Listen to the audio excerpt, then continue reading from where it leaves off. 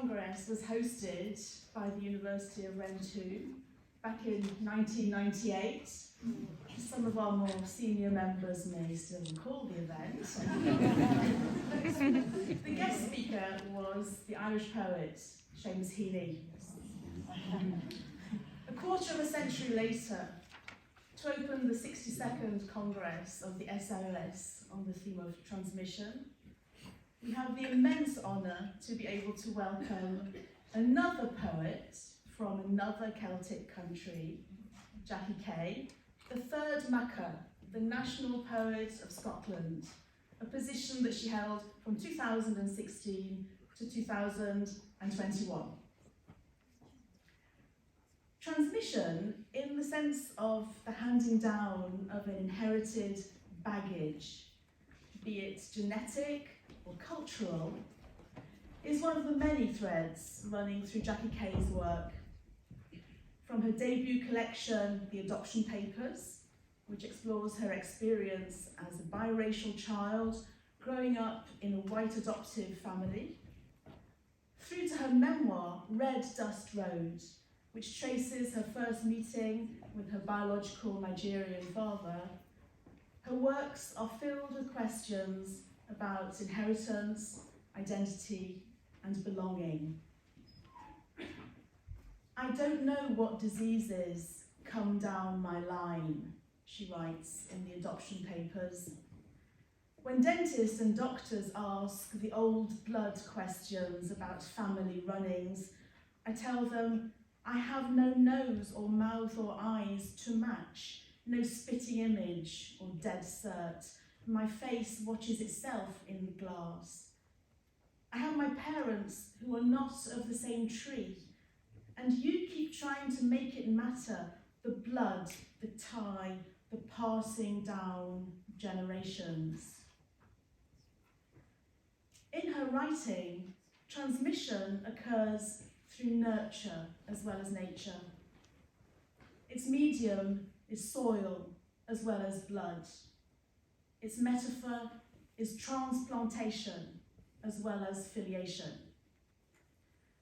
The arrival in her life of new family members is marked by the planting of trees and the sowing of seeds in new and distant soils in which they're imagined thriving and flourishing. The family trees that Jackie Kay is interested in transmit their heritage not just through biology and blood, but through symbol and story. She has said that she thinks of a story as, I quote, something you can pass down like blood or genes, unquote. And she has described herself as being, quote, made up from a mixture of myth and gene, part fable, part porridge. What lies in between the fable and the porridge is what she herself will perhaps reveal to us in the talk that she has prepared for the opening of our Congress, which is entitled In the Space Between, the Construction of a Multiple Self. Please join me in giving a very warm welcome, yet another, to Jackie Kay, our guest today.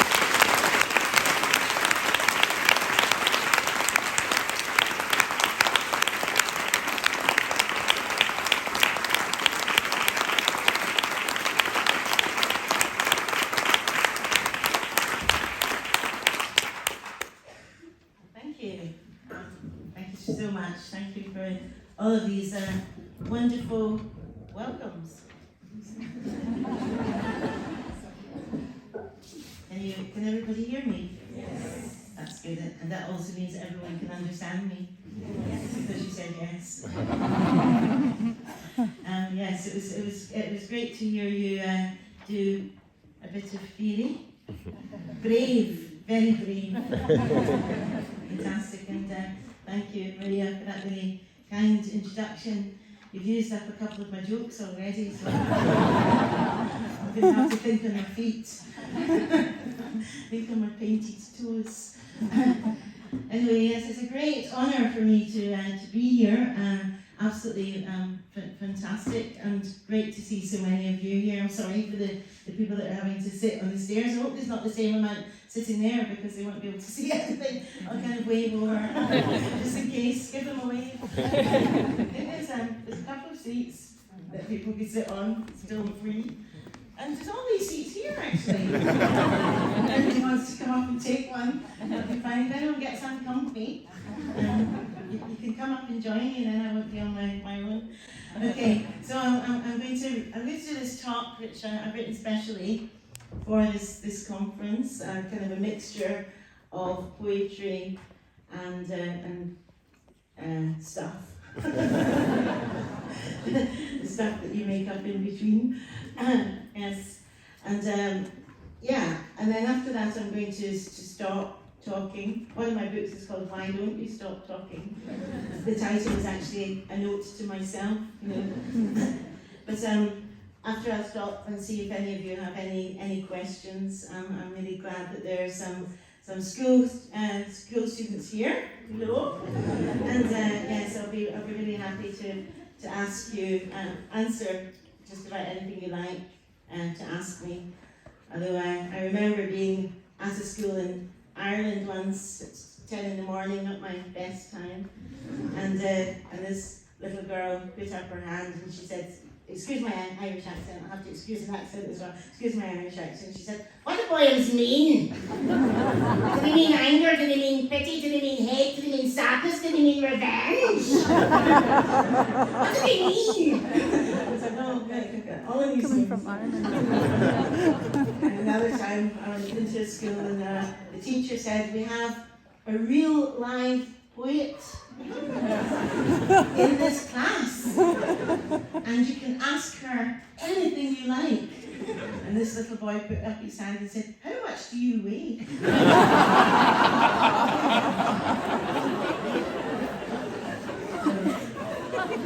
So anything at all. Thank you. If I was not myself, very good. We can all do different accents. Actually, you can ask me questions in different accents as well. If I was not myself, I would be somebody else. Actually, I am somebody else. I have been somebody else all my life. It's no laughing matter going about the place being somebody else. People mistake you. You mistake yourself. Stories can transform your life. Stories live and thrive inside us. We are, as human beings, part flesh and blood, part story and poem. When you're adopted, it's a story that gets passed down, not the blood and genes and DNA. You are, as I say in Red Dust Road, part fable, part porridge. Oh, see, didn't you get the laugh it would have heard? I've been writing since I was a child, and I've always been interested in the complex question of what makes us who we are, of the idea that the truth is not singular, it is multiple.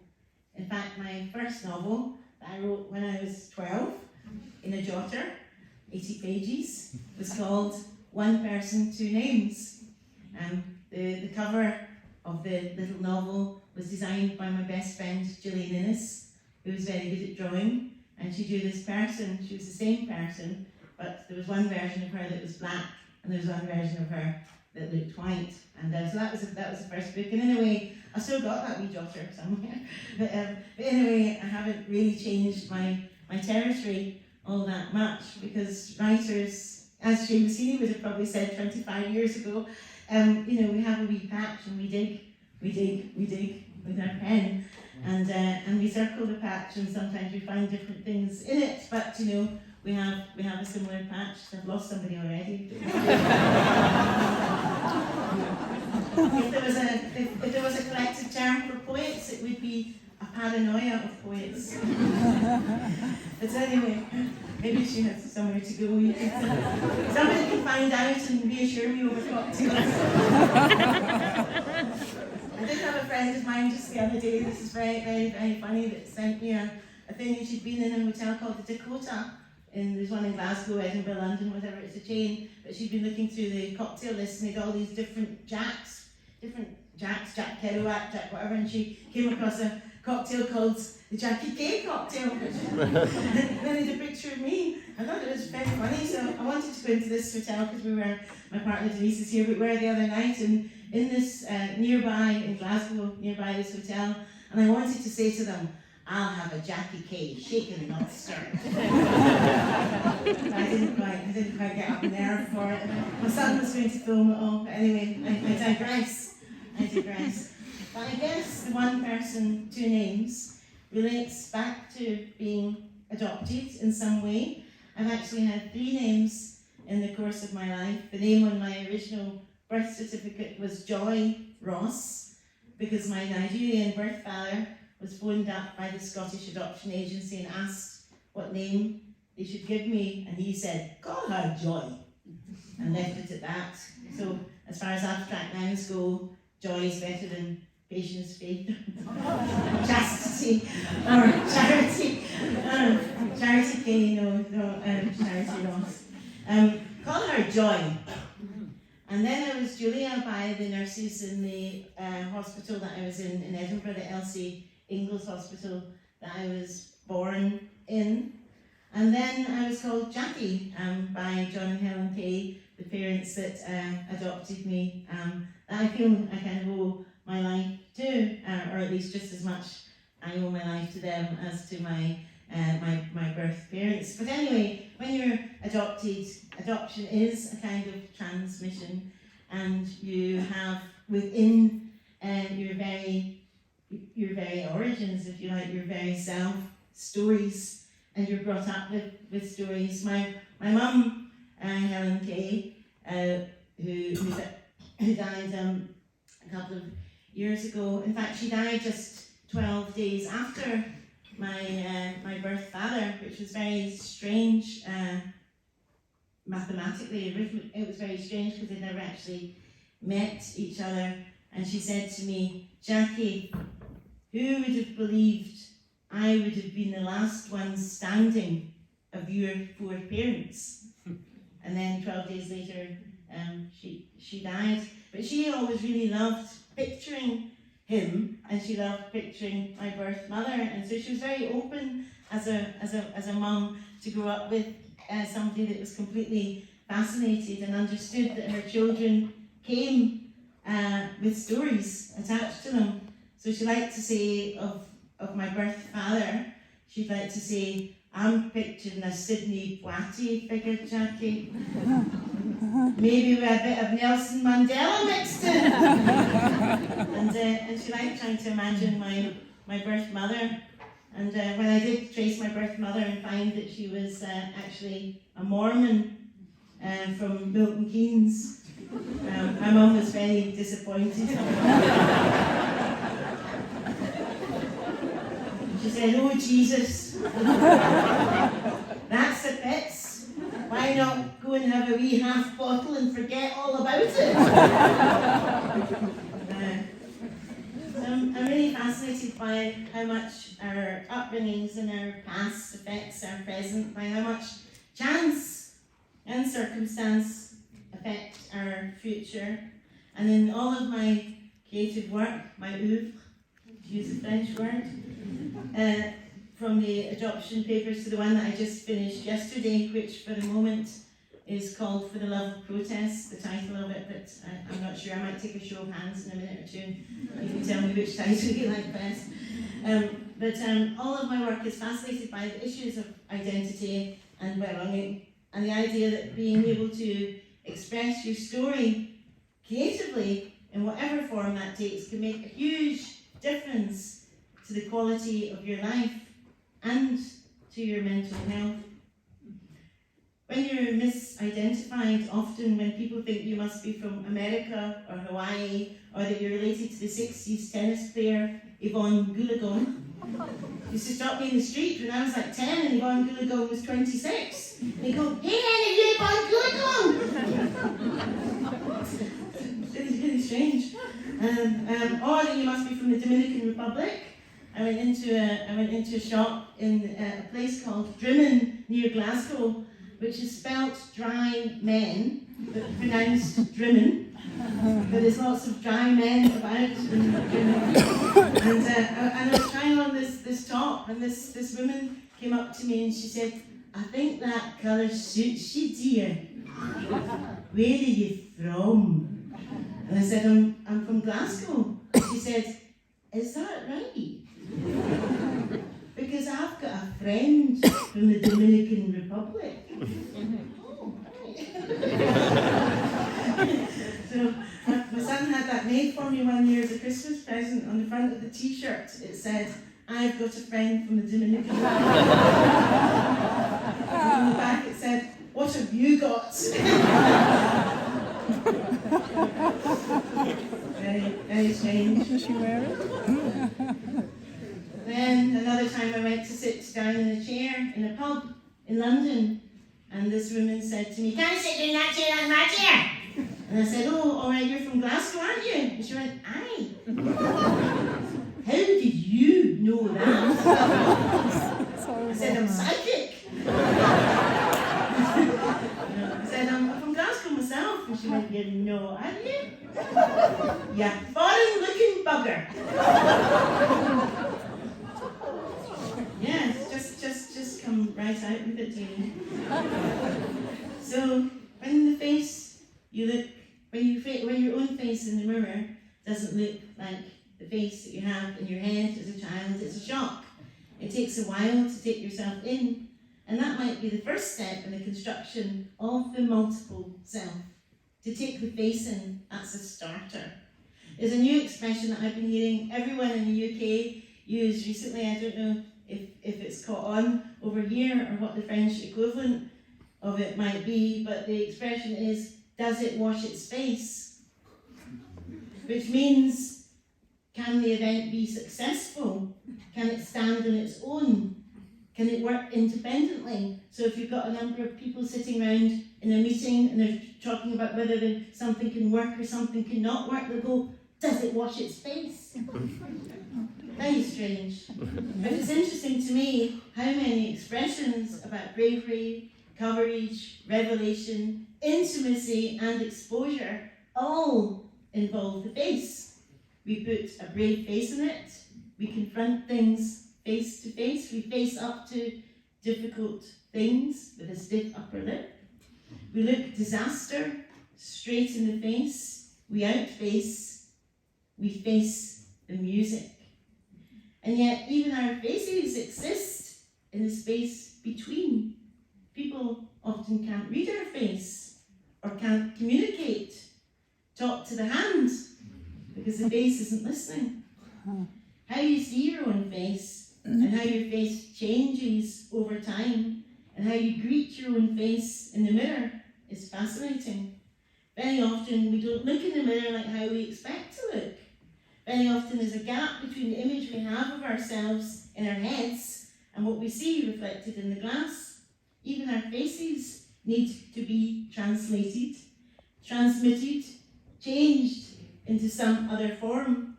When we see ourselves on passport photographs or on the photo ID at the airport, we've often unwillingly become strangers to ourselves, looking more akin to what we imagine a serial killer looks like, or a long-term prisoner, a lifer.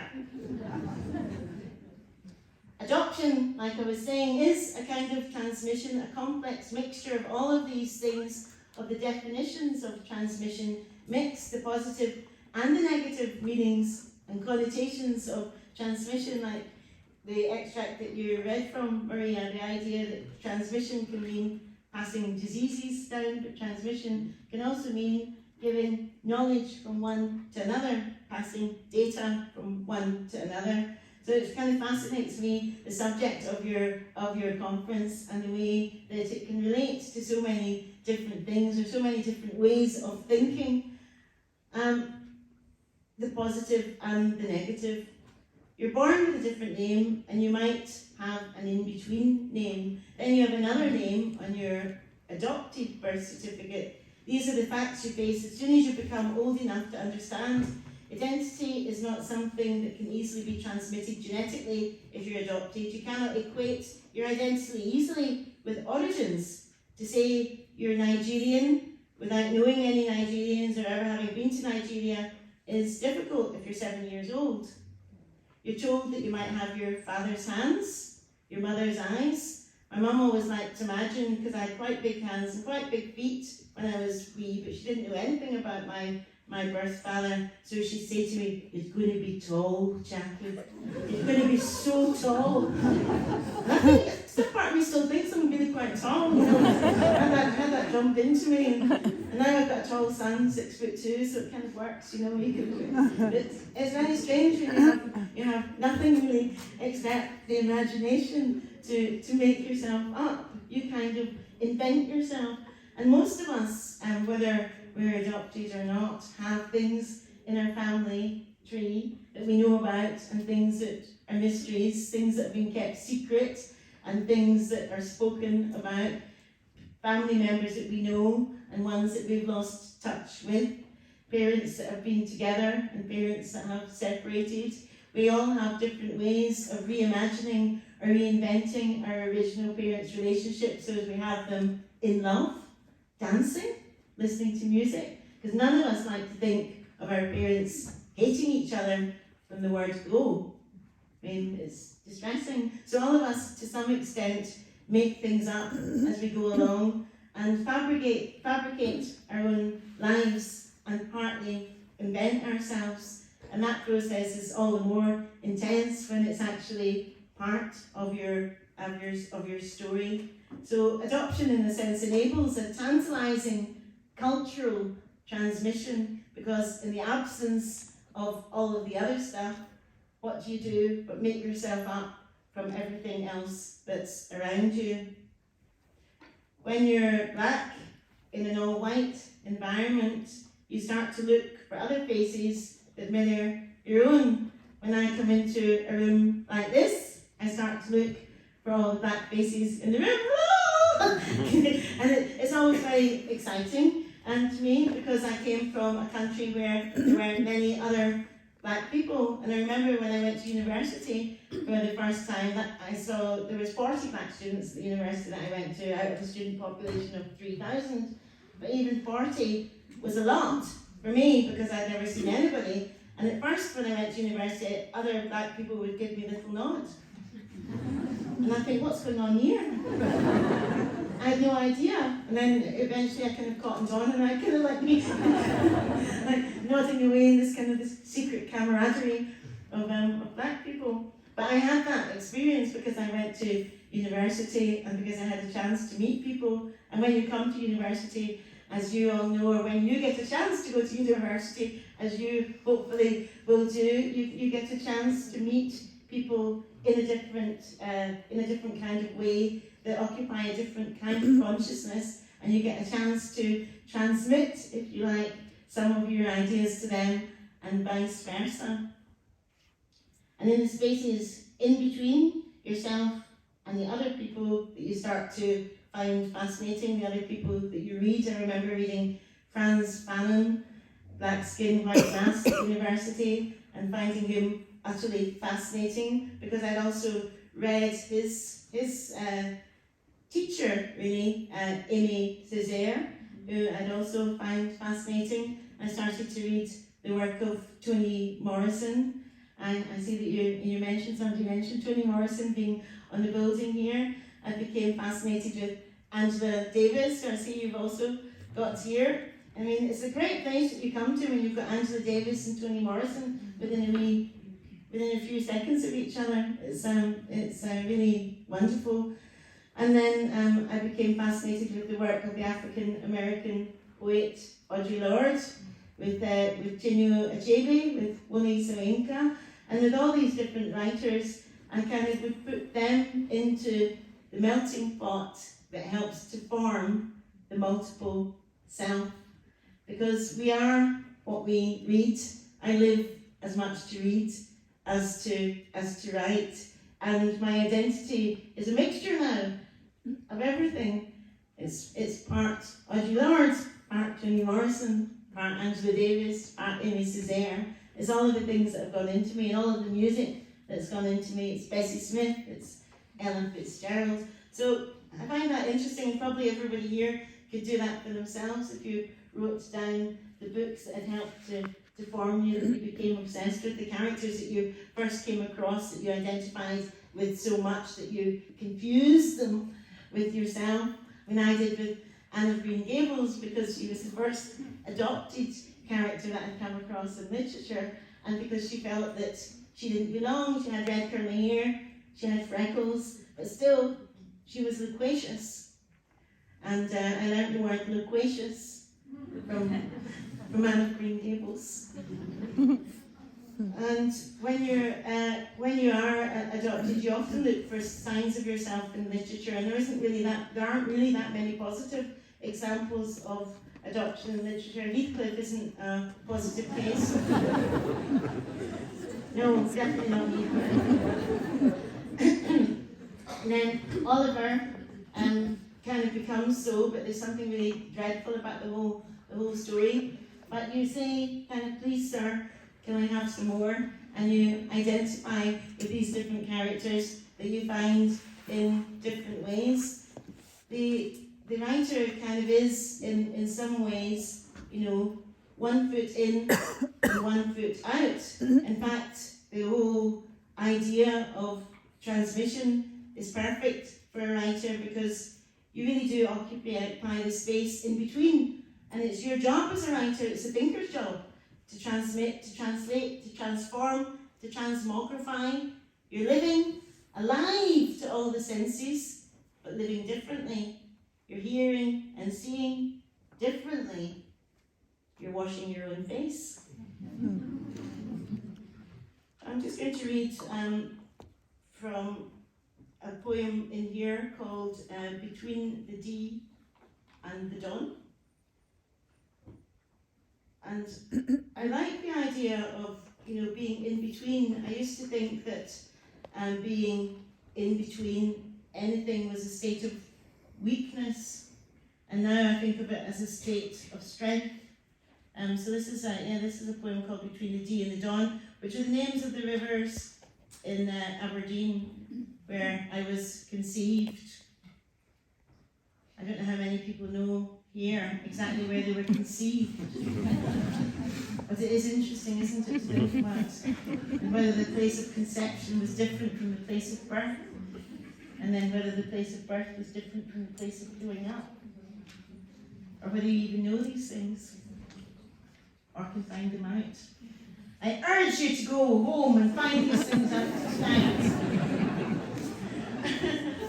Between the D and the dawn, I will stand, not in the past or the future, not in the foreground or the background, not as the first child or the last child.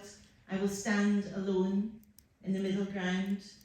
I was conceived between the D and the dawn. I was born in the city of crag and stone.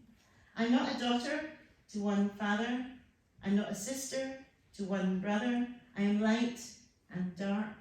I am father and mother. I was conceived between the D and the dawn. I was born in the city of crag and stone. I'm not forgiving, and I'm not cruel. I will not go against one side. I'm not wise or a fool. I was not born yesterday. I was conceived between the D and the dawn. I was born in the city of crag and stone. I can say, tomorrow is another day. Tomorrow, I come from the old world and the new. I live between laughter and sorrow. I live between the land and the sea. I was conceived between the D and the dawn. I come from the city of crag and stone.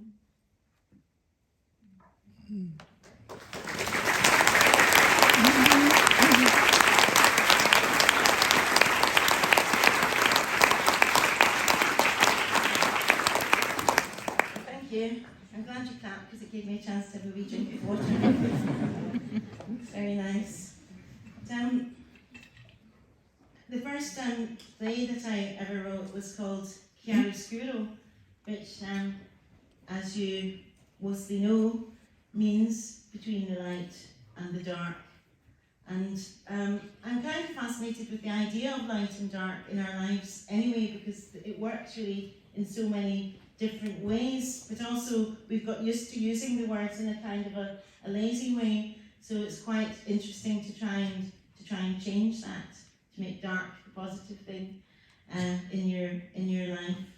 But the idea of language and how you relate to language and how you make language your own, particularly if you're from a culture or a background that is not reflected in the town or the place that you find yourself in, is really electrifying. It was Frans Fanon, who said, "I ascribe a basic importance to the phenomenon of language. To speak means to be in a position to use a certain syntax, to grasp the morphology of this or that language, but it means, above all, to assume a culture, to support the weight of a civilization." It fascinated me. Oh, somebody wants to come in, you can tell me.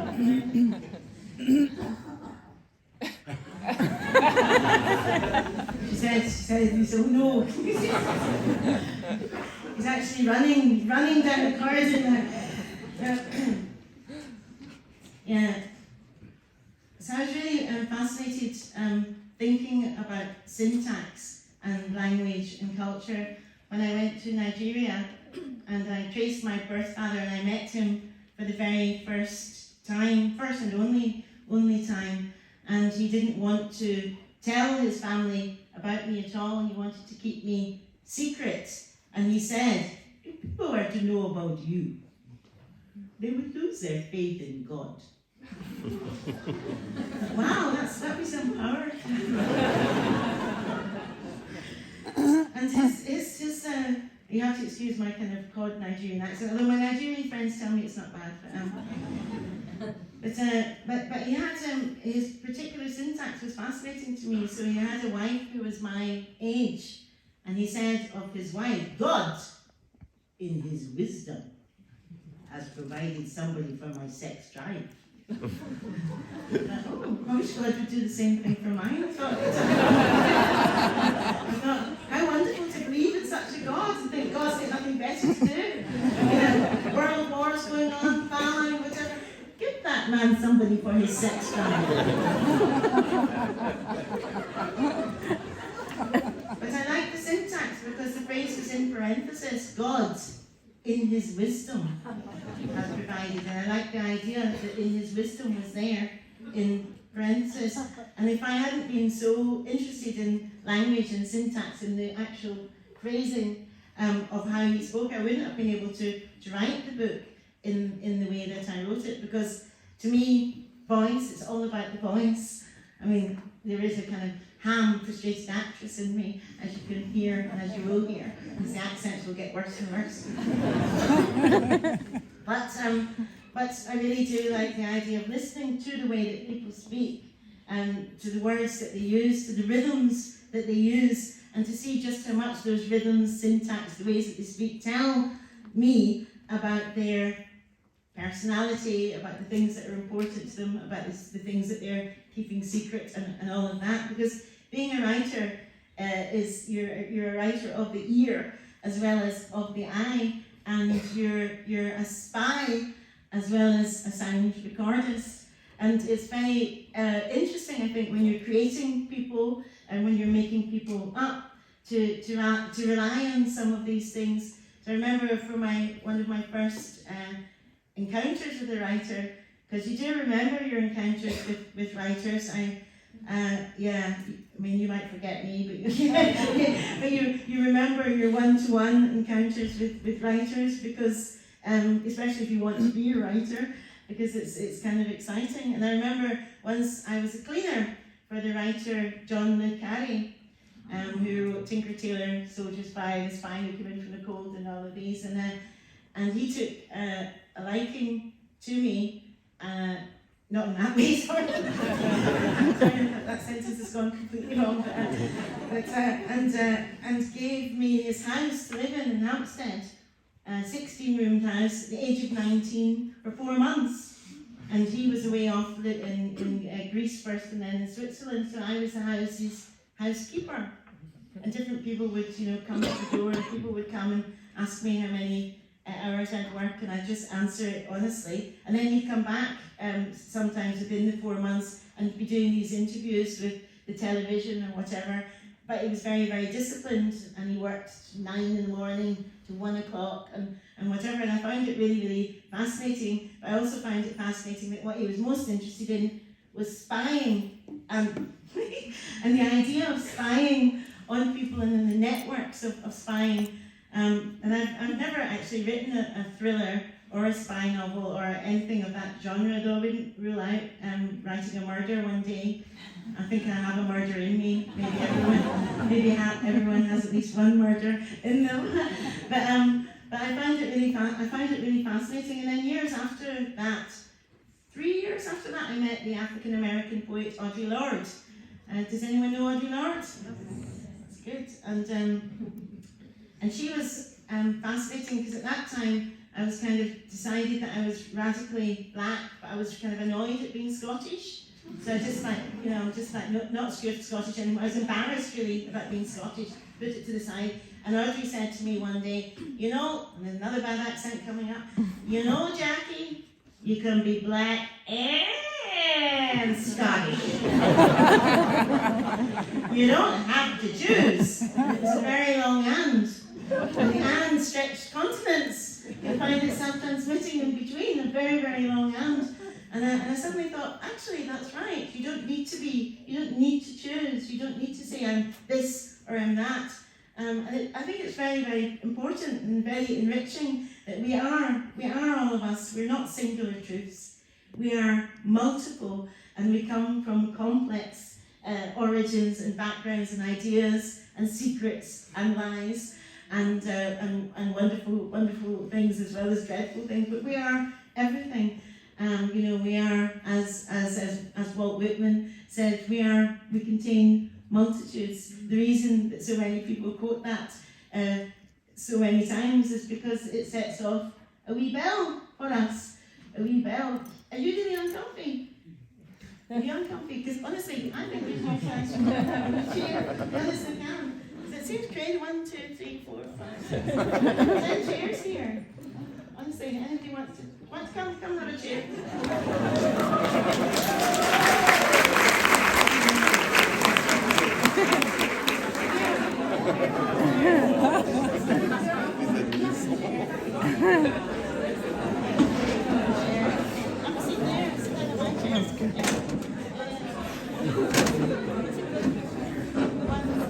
Bring your chair up to play with your friends.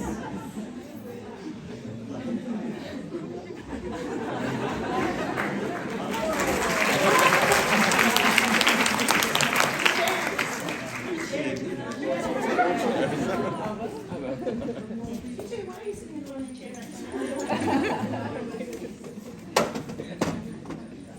There's a chair there. 1, 2 chairs, 2 more chairs. If anyone else has got a sore bum. That means you can't move now because you can't admit to having a sore bum.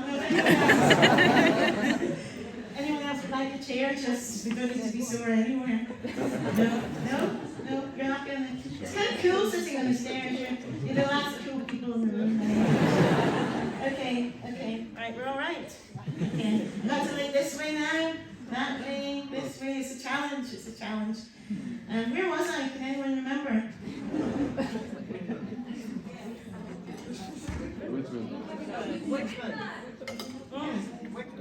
Absolutely. Good. Yes. So is that the idea of that we are multitudes, that we contain so much, and that when we get a chance to incorporate things that we love, stimulate us, things that we enjoy, whatever the musicians, the artists, the filmmakers, or whatever our passions are, when we get a chance to partly incorporate those into ourselves, our personalities, we become all the richer for it, because we are the melting pots, the cultural melting pots, and that is what we transmit. My son, Matt, who's 34 now, tell me I don't look old enough? He's 34 and he's a documentary filmmaker, and he's always been very interested in visuals. So I was talking about the ear, but he's a very visual person, has always been a visual person. And I remember when he was about 16, I said to him, you know, Matthew, it's quite cool having a lesbian mum. And he went, no, it's not. Really not, it's not at all. And he said it would be cool to have a lesbian grandmother. And so I phoned my mum that night. And I told her what my 16-year-old son had said. And she said, what am I supposed to do at this point? Change my sexuality? And the word sexuality went way up and came down, which was quite funny. But now, you know, he's 34 and he really does find it quite cool. I don't think he still doesn't think I'm cool. He thinks I'm deeply uncool. You know, that's his prerogative. None of us really think our parents are cool. But he's very, very relaxed. And it's interesting to me, the possibilities of change. When you're changing, when you make definitions and you define yourself in a certain way, and certain members of your families find that challenging, or when you have different beliefs from the different people, we were talking about that earlier in your family, and you find yourself changing, and it's interesting when they start to change with you. So my mum, for instance, I remember telling her when I was 16, I kind of said to her, how would you feel if I were to tell you that I was a lesbian? So I asked the question in the conditional because I was too scared. The conditional seemed to hide me. Help me out, how would you feel? And she answered and she said, I would be very upset. And I said, why? And she said, because you would be becoming something I don't know or understand. You wouldn't be Jackie anymore. And this idea of me not being Jackie anymore kind of terrified me. But I kind of knew what she meant, because in my head I had these stereotyped images of lesbians, and they weren't me. And then not so long ago, about 5 or 6 years ago, my mum suddenly said, and I was in their house with them because the last 5 years of their life I just kind of spent looking after them a lot of the time. And they were, you know, my dad's in one armchair having his wee glass of wine, my mum's in another one, and I'm in between them on the couch. And my mum suddenly comes out of the blue, she suddenly says, Jackie, I've got to apologise to you. And I said, what for? And she said, because when you first told me that you were a lesbian, I wasn't supportive enough. And none of my friends had lesbian daughters. I didn't know what to do. And I couldn't believe this, because she's like 90, nearly 90 now. So I turned to my dad and I said, Dad, do you feel that you have to apologise for this? And he went, no! Christ! What else were we supposed to do? I kind of love them both for that complete honesty, but it also made me think that when you are brave enough, when you find the courage enough to be yourself, at first other people might not come with you, but when people love you, they transform and they change and they transmit, if you like, transmogrify with you, and they keep on changing and changing. And that is an extraordinary thing, the possibility, I think, of change. And you'll see, I had written a whole speech for you, and I've kind of, you know, I don't know what I've been doing, but I've certainly not followed the speech. I've not done any of the readings. I've just, you know, I don't know why I did this. It took hours writing this, hours and hours writing this. But anyway, there you go. Between everything that I've written, everything that you write, everything that I get to write, and everything that you get to write or to think about, you have to keep translating fear into hope, keep transmitting love, overhate. Keep adapting creatively rather than destructively. Change is possible. You have to keep, above all, your sense of humour. I'm happy to say it's definitely intact in this room.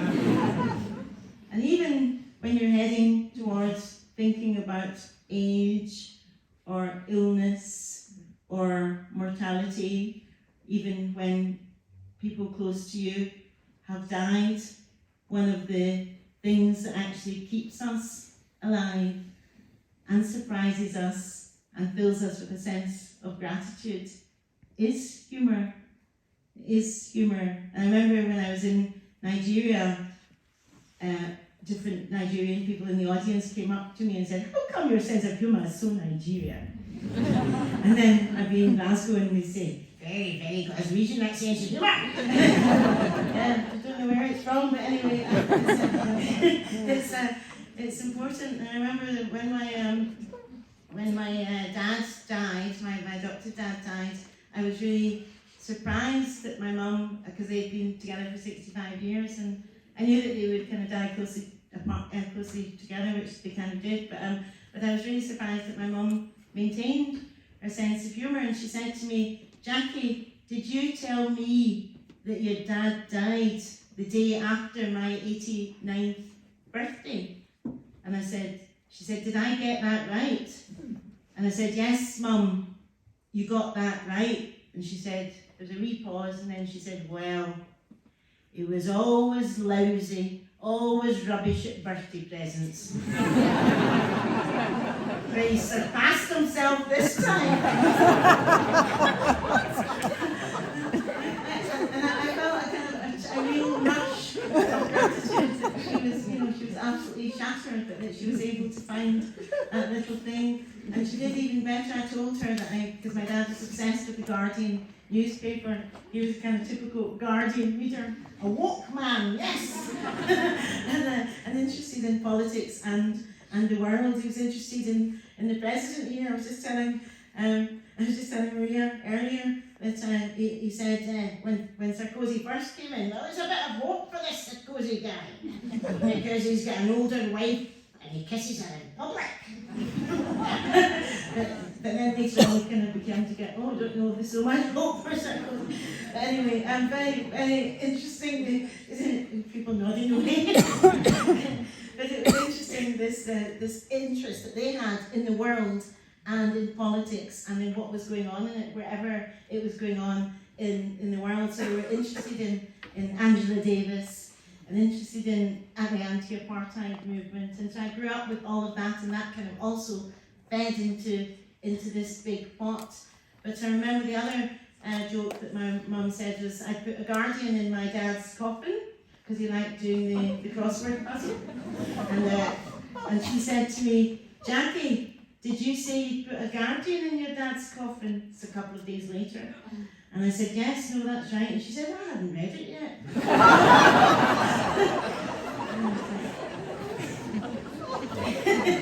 So I'm going to finish actually. I have departed entirely from my wee speech. You can try and think what it might have contained. But it seemed because we're all very hot in this room. We are hot, actually, we're hot. Yeah. We're hot and we're hot and we're hot. But it seemed better to actually speak to you directly than to read from a speech. I had more chance of keeping you awake. I even managed to keep you awake because I saw you nodding. But my goal is to keep that guy awake.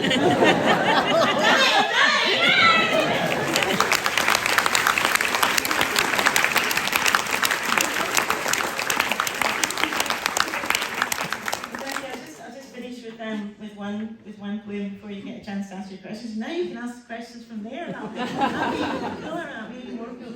So this is a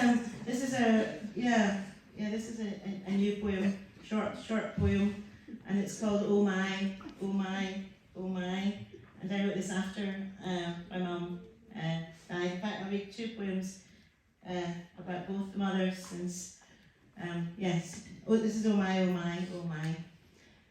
Whiter than the sky now, you and I, as far apart as the moon and the earth, and yet not at all, not apart, you, who orbit my heart. You fizz, you spark up in the stars, singing songs back to our dark earth. Memory pulls the tides low, then high. I am you, and you are me. Oh my. Here you are, back in your old house, marvelling with Matthew at the bird who builds an elaborate nest to woo, at the wolf's journey through the snow, at the humpback whale's sorrow, back, heart of heart, for all tomorrows.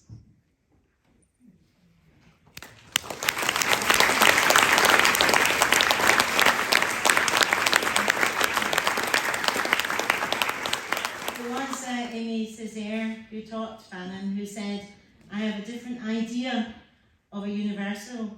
It is of a universal rich with all the particulars there are, the deepening of each particular, the coexistence of them all.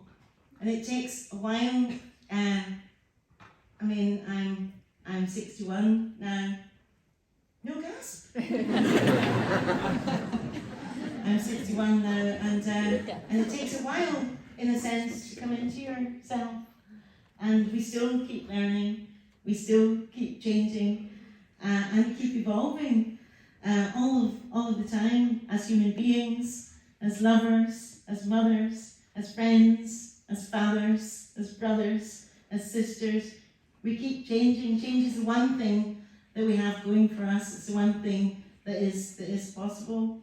I'm going to finish with a poem that I wrote called Margaret's Moon, and Margaret was my birth mother, although in Red Dust Road she's called Elizabeth.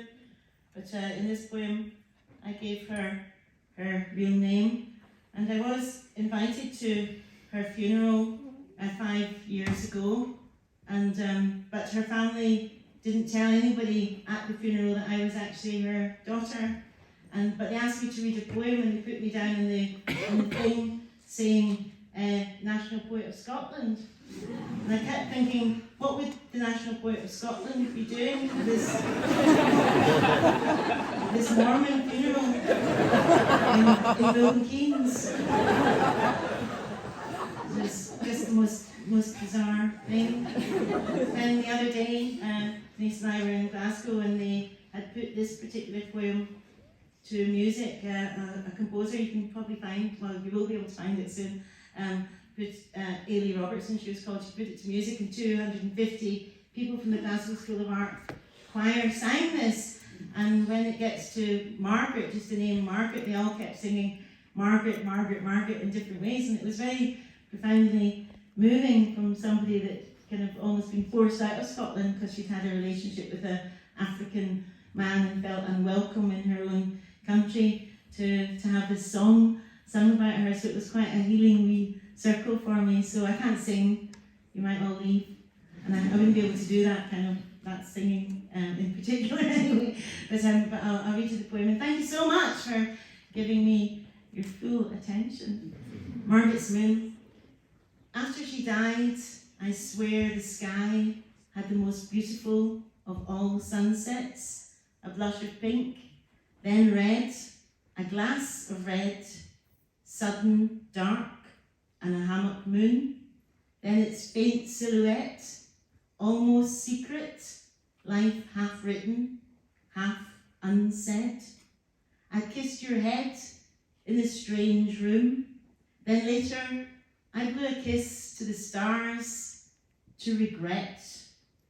Margaret.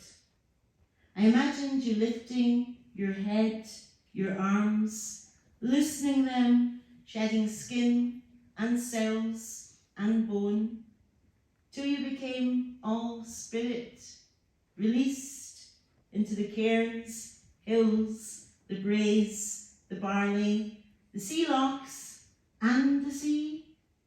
And at last, at least it seemed to me, You were free.